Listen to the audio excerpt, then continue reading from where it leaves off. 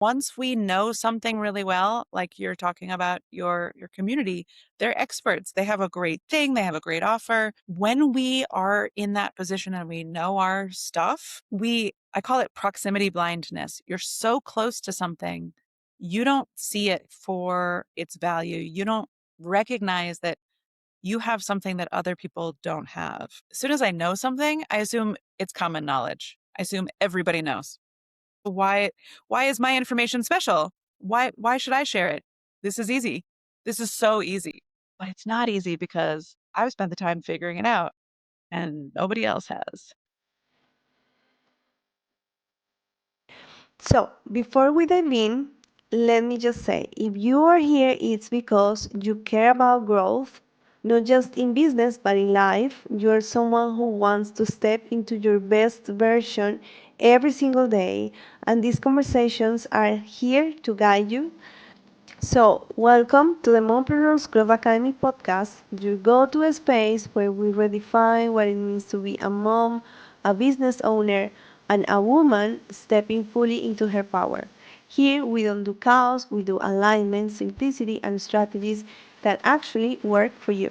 I am Viviana Castañeda, marketing professional, content and visibility coach, and a mom with over 7 years of experience running my own business while raising my kids.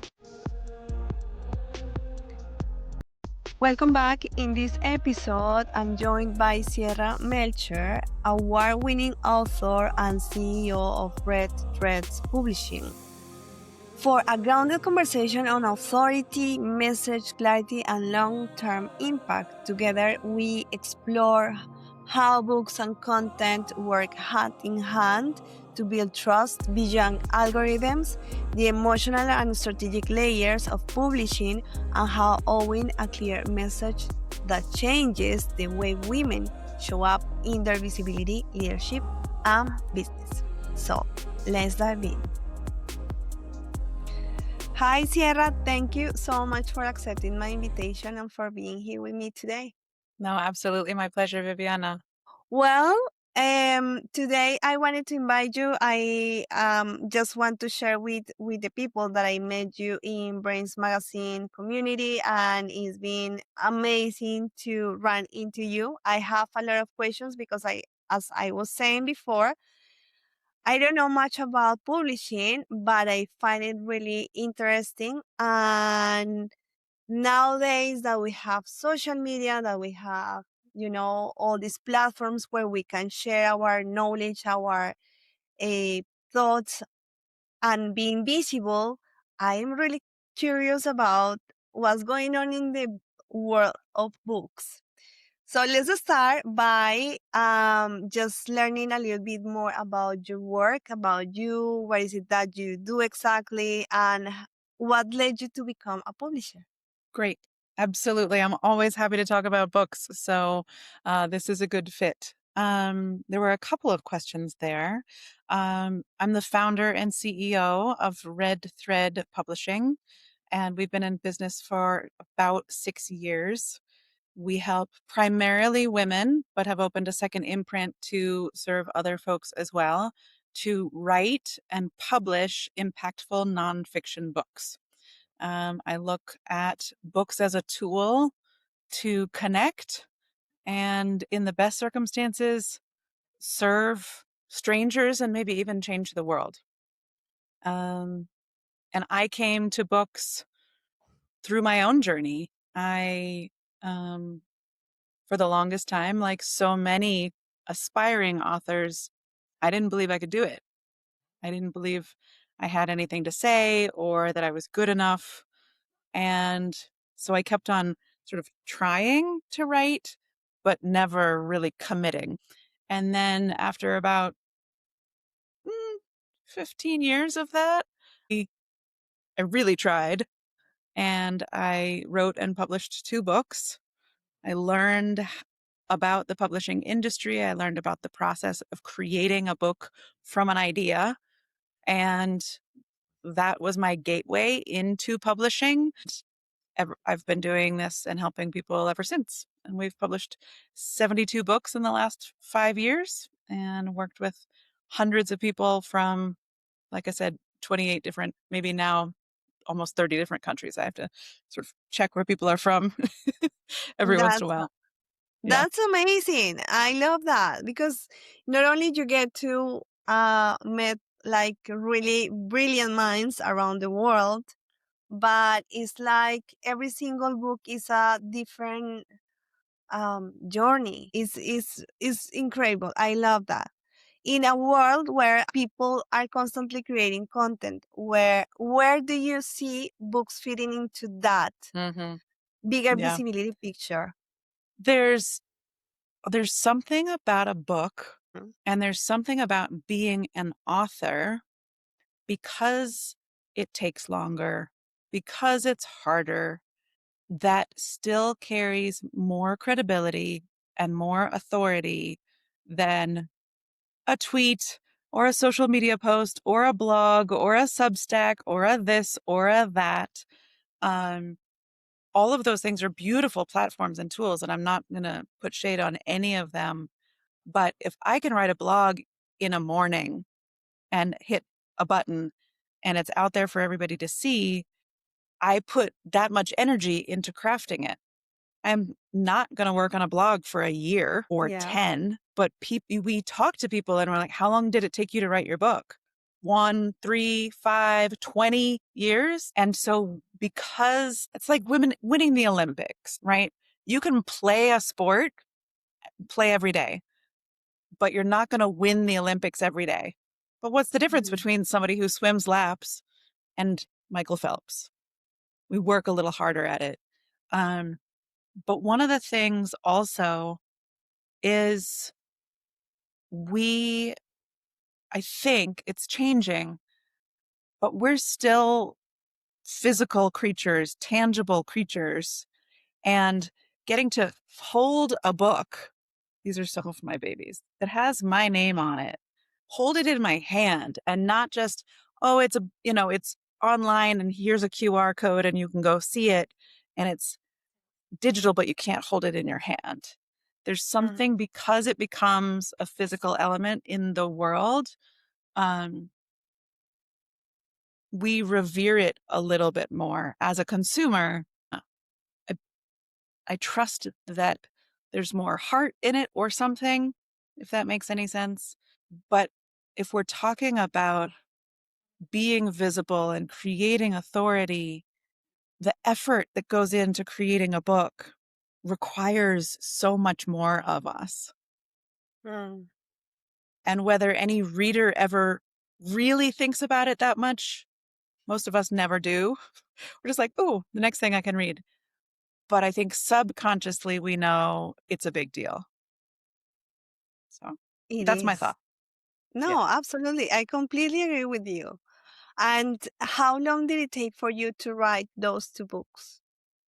There's Can you show us again the name Yes, of of course. the book? So I've been published 18 times, Mm-hmm. but I've published 3 books that are, I call solo books. I'm the only one who wrote. The other ones are anthologies. So this is my most recent book. It's called Typo: The Art of Yeah. Imperfect Creation. It's Yeah. permission to do it badly. It's for other people who are wanting to be creators, but whether you're creating a book or a business or a life, we we're comparing ourselves against other people's final drafts. And it's really hard to take the first step. It's hard to go screw it up and make a mess and not know what you're doing. Um, we all feel like we need to be experts, Mm. but how do you become an expert? It doesn't happen overnight. You have to be willing to suck at it for a while. And so I have different answers to these questions, like how long did it take? Because it took me 15 years to have the courage to write this, but Yeah. then I drafted it in 3 months, Wow. right? It took me 3 days to draft the first version of this and 28 months to publish it. Oh my God. Yeah. And, There is so no there's, rules. and the question of like, when does a book start? Is it when you get the idea? Is it when Mm, you write the first word? Is it when you really commit to take it further than a draft? And so it's mm, really, we always talk about a book like a baby.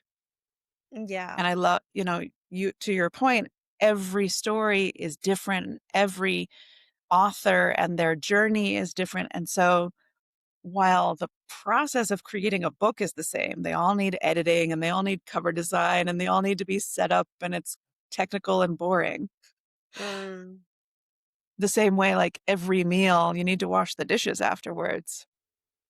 But every meal is a blessing and every story is a life.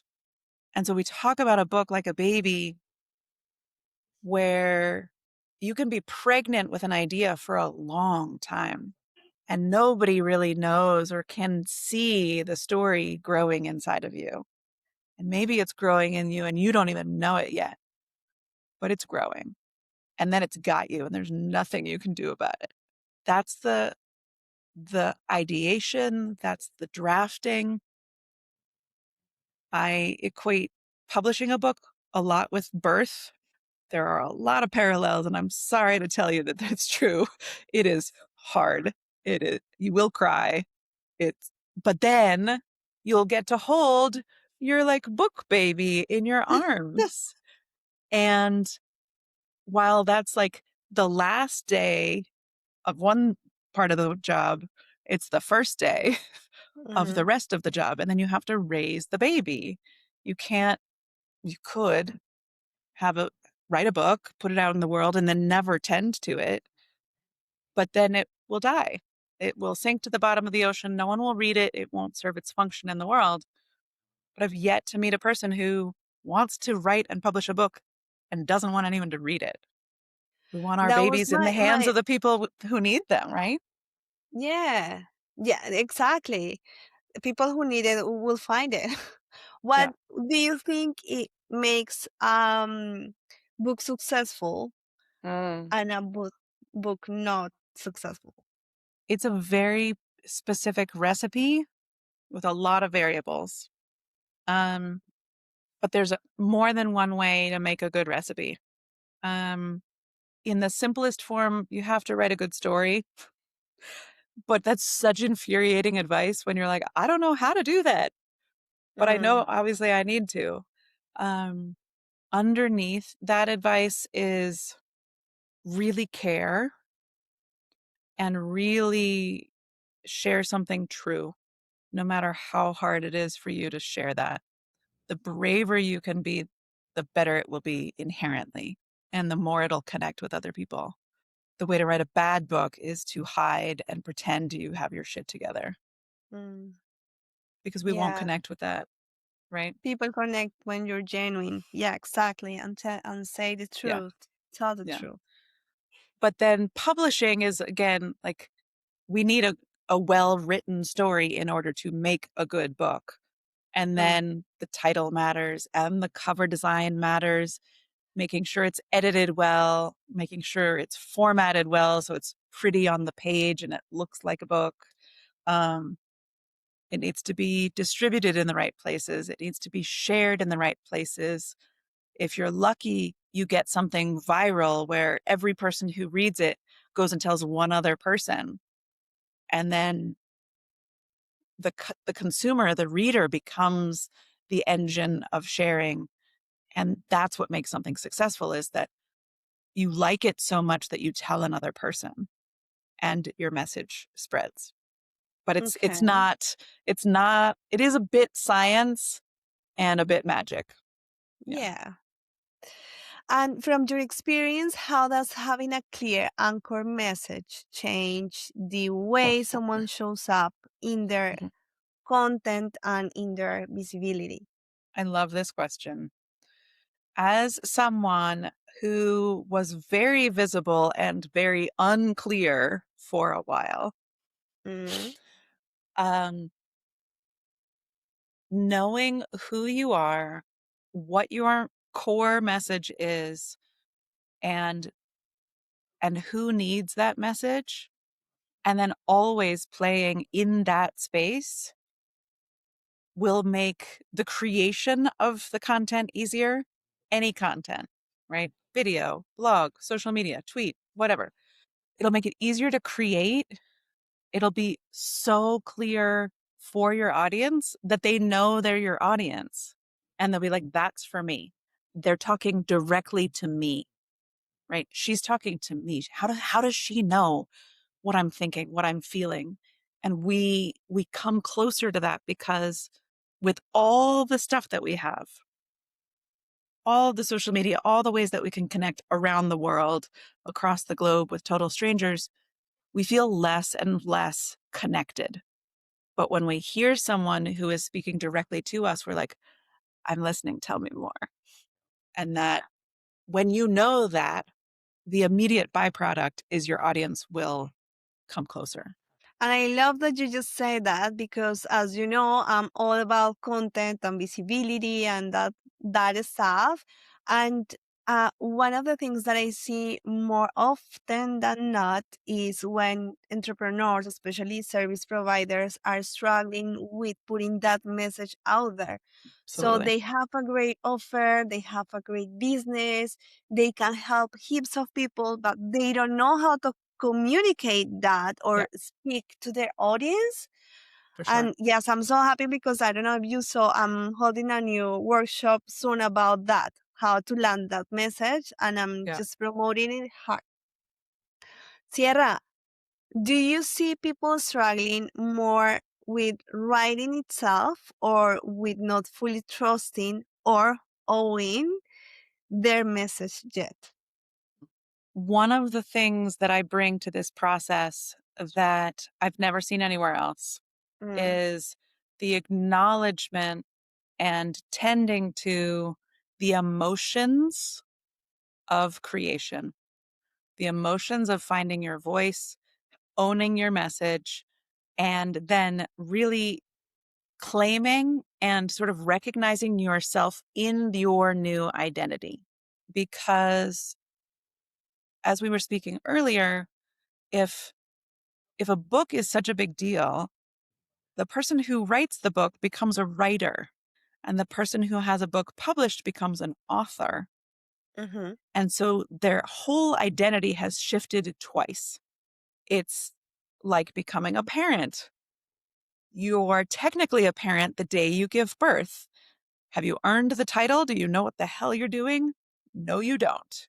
But everyone else will see you as a parent and or as an author.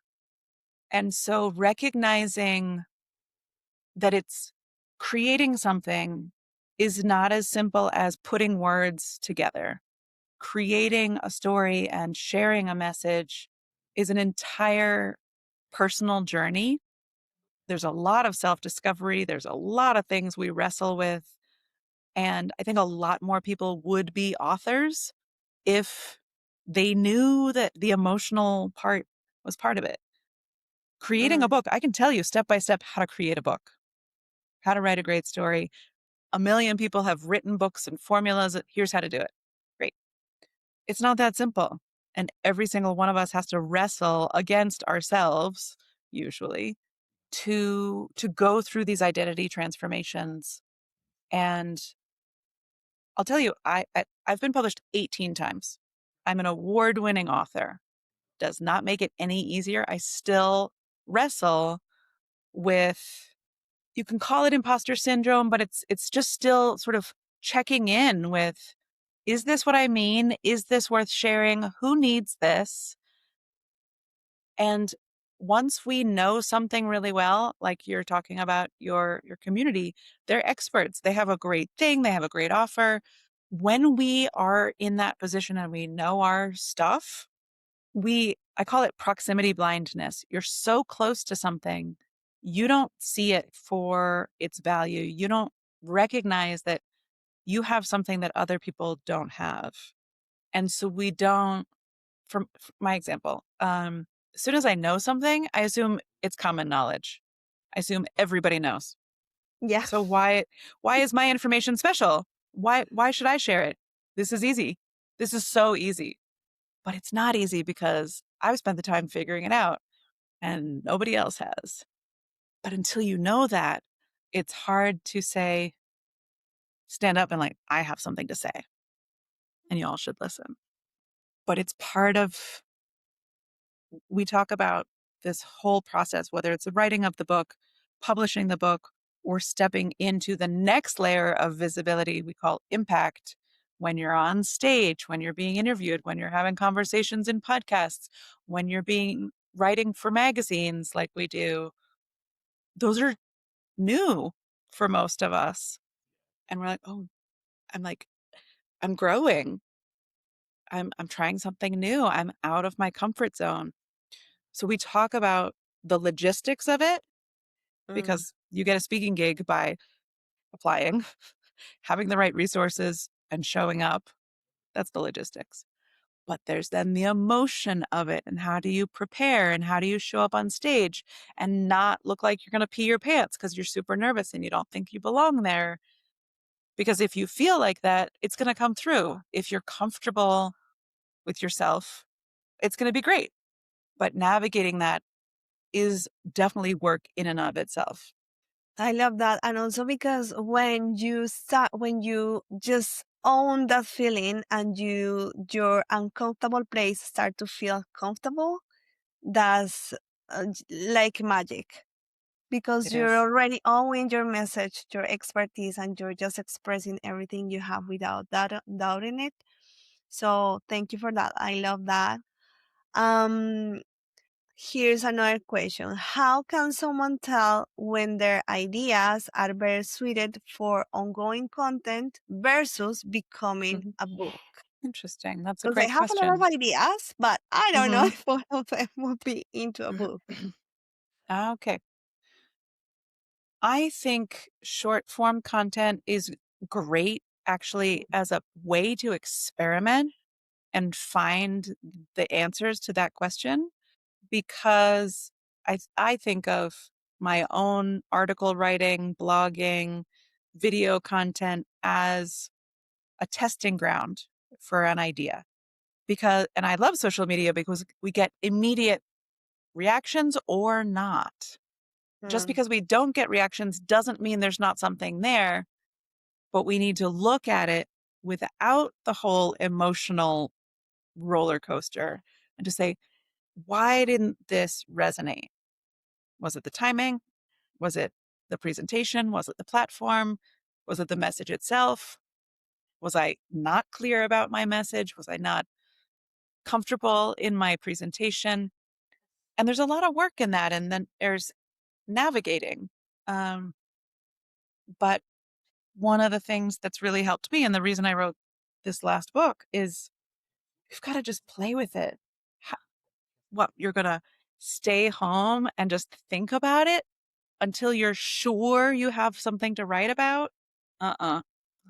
You're going to be dead with all those ideas in your head, because we're mm, never sure. We're never sure. yeah, So I think just playing with it and talking to a friend about it and putting it out there. And I talk to people all the time. They're like, well, if I write an article about it, then I won't be the first person to write the book about it. Oh, okay, so you're going to keep it a secret for another 10 years? What do you, I'm afraid somebody's going to steal my idea.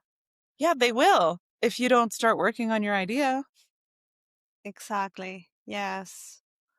You keep talking about it, but you don't do anything about it. So someone else will. So frustrated creators, there's all these people who have so many ideas, but because they want to get it just right, or, they don't want it to be stolen from them, that they're not Mm, going to share it at all. And then you don't own it. But if you write a blog, you're the first. You are. If you're the first, you're the first. And it's out in social media and it's time stamped and all the things. And then your article should be referenced by the next person who writes about it. yes. Sierra, what kind of clarity or confidence do authors usually gain once they move from sharing ideas online to writing long form? Yeah. Such a good question. And I saw it coming, and I'm really glad you asked it, because um I think about it. I use a lot of metaphors to explain this work because it's subtle and emotional and internal. But in order to write a book, you have to lift heavier weights. You have to work harder and longer and get more clarity, because I tell my author community this all the time.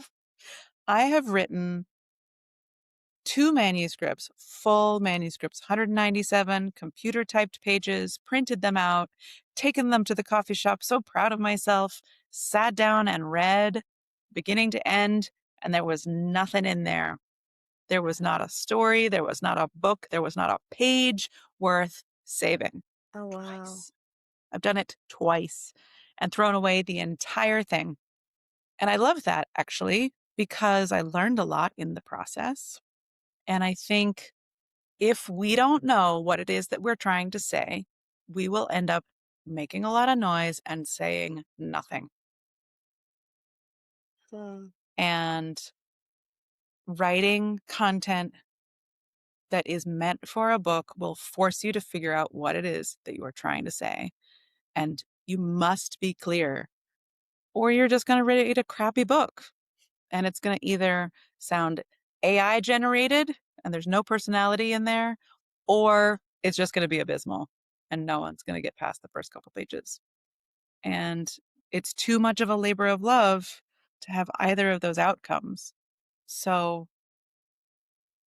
it forces you to really dig into yourself and have those hard conversations with your soul and figure out what it is that you're trying to express. And definitely that experience that you have writing all those manuscripts that never saw the light. Yeah, I feel like the experience that you gain is just everything you needed at the moment, it's right? perfect. It's all Because perfect. that's what makes your new books and your current books like even better, like a Yeah, hundred times better. absolutely. Yeah. Absolutely. If I hadn't made those mistakes, I wouldn't be as good at this job as I am. If I hadn't epically failed, I wouldn't have written this book. I wouldn't have the authority to tell you to go screw up. I wouldn't have the courage to tell you to go screw up because I would still be unsure of my own ability to do that, right? Like I'd feel like everything a in hypocrite. life, right? Totally. Yeah, the thing is that, as humans, like we are all afraid of just investing that time in making that huge mistake because we think we will be losing time. Yeah. But So the we don't truth is, act. Right. exactly, Yeah. exactly. The truth is we will gain more than we lose. When you are deciding which book to publish, and I love this question, what do you personally look for in this project or in this particular author? Yeah. Um, you've probably heard this or shared this elsewhere is somebody needs to be coachable, meaning they have to be willing to get better. It has to be a story that I'm interested in because I'm Mm. about to spend 300 hours and like a year of my life getting really close with a person and a story. I'm going to read it 30 times. So I have to kind of like it, right? And there has to be a synergy. Um, the author's process and goals need to be things that I can stand behind. Somebody can come to me and say, I want you to sell 1 million copies of my book. I'm like, that's great. Good for you. Why? Mm. Why? Because you want the royalties for 1 million copies? Doesn't do it for me. You want to make the Wow. world a better place? You have something important to share? Okay, I can get behind that. I love this attitude. I love that. And I'm going to tell you why. You can see the authority that you carry right now and the experience that you have, because when a person, a business owner is capable to say no, that's it, is because you already have that eye, and you can show that in the way you talk, the way you speak, the way you express your expertise. I love that. I have an idea of a book, so I'm gonna work on that before I present it. Excellent. I'm ready to Sierra, hear all about it. yeah, for someone who enjoys creating content but wants more depth, stability, or long-term impact, what would you encourage them to focus on first? I have a process that I ask people to really get clear on. Um, and so I think some of that is the answer to this question. You need to be able to say what you're about in a single sentence. You need to know who needs that message or that guidance or that whatever. So you need to know your audience inside and out. And the a third piece of this process is you need to know why you get to be the person to share this message, which comes back to authority. Mm, Why you? And if you can yeah, answer that question, it won't make all the doubt go away, but it'll give you enough fuel to sort of burn through the doubt and continue to show up for the message and show up for your audience. Because my experience is I will do anything. I will walk naked across hot coals if somebody needs me.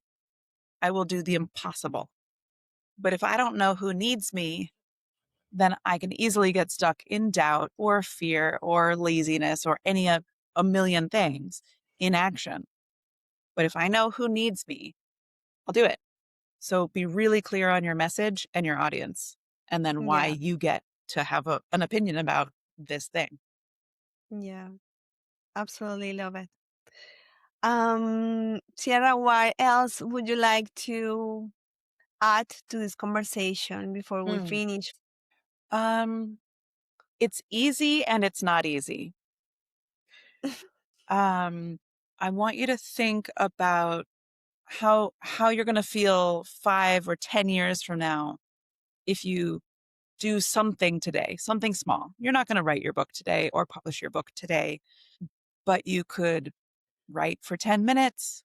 You could decide to explore your idea and see if it has enough passion in you to devote a lot of energy to it. If you keep showing up for it, in a year, you'll have a book. In 5 years, you could have 5 books. Does that sound exciting to you or awful? If it sounds awful, don't do it. If it sounds exciting to you, you don't have to do all of that today.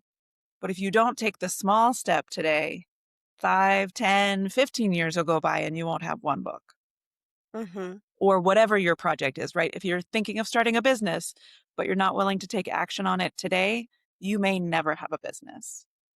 But if you show up for your business every day for 5 years, you could have 2 businesses, bought and sold, or, um, I think we underestimate the value of the small steps. And so we Yeah, wait for these big things and they never come. And then years are gone beautiful and put. yeah. Yeah, I love that. I think now that you mention it, one of the things that maybe people make them hold them back on writing a book is because they don't know the by step of writing a book, and Yep. it's like write a book, just the whole sentence is like, oh my God, this should Yep. be very hard to do, right? Yep. So where can people maybe get more information about how to Yep. write a book and get that step by step? Beautiful transition. I love that. I host a community that supports writers to navigate the logistics. What are the steps that I need to take? How do I figure out my message? How do I figure out my audience? How do I confirm that I'm the person? All of these things. And we help people draft. We don't even call it writing because writing feels like a big deal. We're drafting, which means we're sort of experimenting. We're just kind of playing with it, and then that sort of lightens the process. So I have a community on the school platform where we met. It's called Write Your Book. It's pretty straightforward. Um, and that is a space where we have weekly calls. There's community. There's 326 other people in the process of writing their books or publishing their books. So there's a whole community. There's hours and hours of classes that I've taught over the years. I bring industry experts in there because it could take a couple of years to learn how to do this totally new thing. That's cool. That's fair. If you watch a 5-minute video every day for a year, you know a lot more about a thing than if you try to binge everything this weekend. Um, so I would say start with the writers community, um, and just sort of dabble and play in that space and see what happens. Great. Awesome. Any socials that you would like to share as well? Yeah. So school.com backslash write your book is the community. It's the best place to start. We are occasionally active on Instagram uh, at RedThread Books, and our website is www.redthreadbooks.com. So that's where we are digitally, but we're putting a lot of energy into the community right now to actually take care of the people who have raised their hand and say, I want to take a step today. Awesome. Thank you so much, Sierra, for all the information. I'm going to leave all your links in the show notes. So if people want to go Perfect. there and click there, they can find you as well. I really enjoyed this conversation. As did I. Thank you so much, Viviana, for the invite. Thank you, Sierra, one more time. It was wonderful to have you with me today. And thank you for joining us in this conversation. If there is one thing to take away from today, it's that authority isn't built by doing more or showing up everywhere. It's built by getting clearer, owning your message, and choosing visibility that feels aligned and sustainable. If this episode sparked something for you, whether around your message, your content, or the idea of creating deeper work, take a moment to reflect on what you want to be known for long term. And as always, thank you for being part of the Mompreneurs Growth Academy podcast community, where we have thoughtful conversations that support real growth, clarity, and impact.